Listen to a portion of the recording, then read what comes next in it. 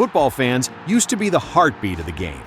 Now, players are calling them the worst part of their jobs, from death threats over missed penalties to booing legends like Messi.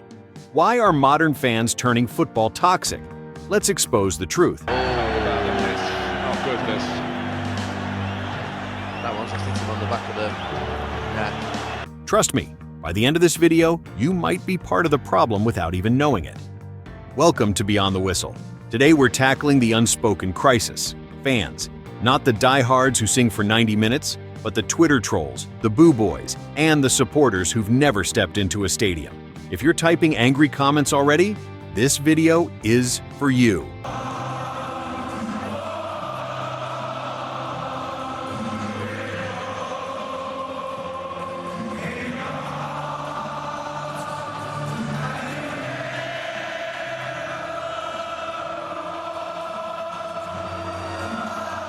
Before we dive in, let's get one thing straight. This isn't your grandpa's football anymore. Back then, if you were mad at a player, you'd shout at your TV and move on. Now, people are tracking down players' kids on Instagram just to leave hate comments.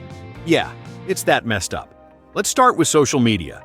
In 2021, England stars like Saka, Rashford, and Sancho missed penalties in the Euro final. What happened next? Over 1,000 racist messages flooded their accounts. One study found 55% of players face online abuse. But it's not just racism. When Erling Haaland has a quiet game, fans call him overrated. When Harry Maguire makes a mistake, people turn him into a joke. Players aren't robots, they're humans. Imagine being abused daily for doing your job. Remember Bruno Fernandes? This guy literally carries Manchester United on his back most games. But when he missed one penalty, guess what happened? Some fans found his socials and, actually, the comments were so bad, I can't even say them in this video. At this place, Bruno Fernandes misses! And let's talk about plastic fans. A 2023 survey found 40% of Premier League supporters live outside England. Many pick teams like they're choosing a FIFA career mode save. I support City for Pep, Madrid for Champions League nights, and Bayern for, well, trophies. Loyalty, dead. These are the same people who celebrated when Chelsea signed Romelu Lukaku, then called him trash 2 months later. They celebrated when he left, and now they're doing the same thing to their new striker. Make it make sense, people.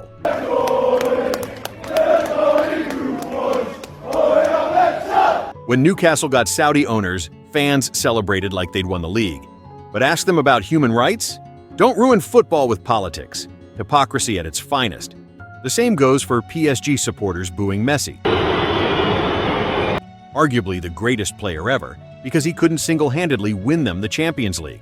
The same fans probably celebrated when he signed, bought his jersey, then turned on him faster than a YouTube short.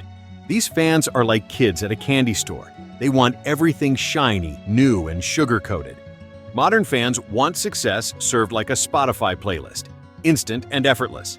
When Chelsea sacked Graham Potter after 6 months, fans cheered. 6 months. That's less time than it takes to grow a decent beard. And PSG? Their ultras disbanded after the club prioritized Instagram influencers over local supporters. Now, the Parc des Princes feels like a library with a VIP section. Restored to this great gallery of the game, a walking work of art. Vintage, beyond valuation, beyond forgery or imitation. 18 years since that trembling teenager of touch and tease first tiptoed onto this storied stage, now in his immaculate maturity. When Cristiano Ronaldo returned to Manchester United, fans called him the GOAT. One bad season later, he's finished. Football's become a "what have you done for me lately?" sport. Legends like Totti, Gerrard, and Maldini bled for their clubs.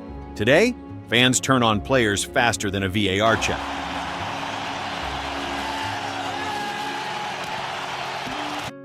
In 2023, Real Madrid fans booed Vinicius Jr., their own star, for dancing after goals.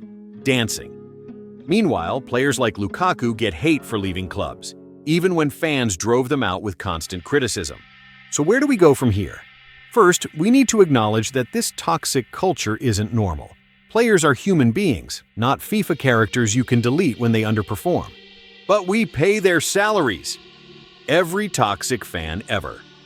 Okay, let's break this down with some simple math. Your season ticket costs what? £1,000? A Premier League player makes that in like an hour. You're not paying their salary. You're buying a ticket to watch them play. That's it.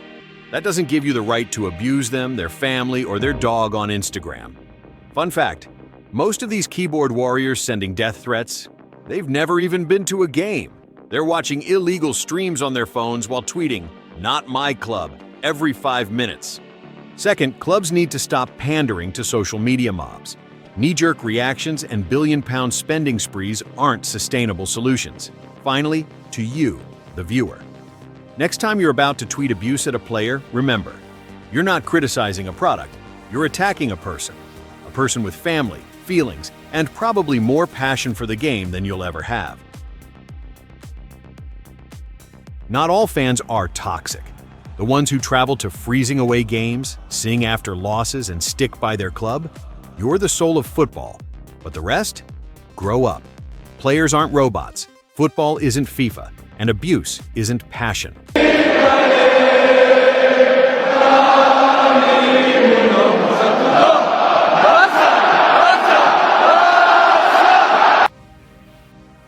If this video made you uncomfortable, good. Change starts with discomfort.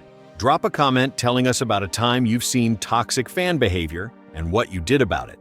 And if you're brave enough to face more hard truths about the beautiful game, hit that subscribe button.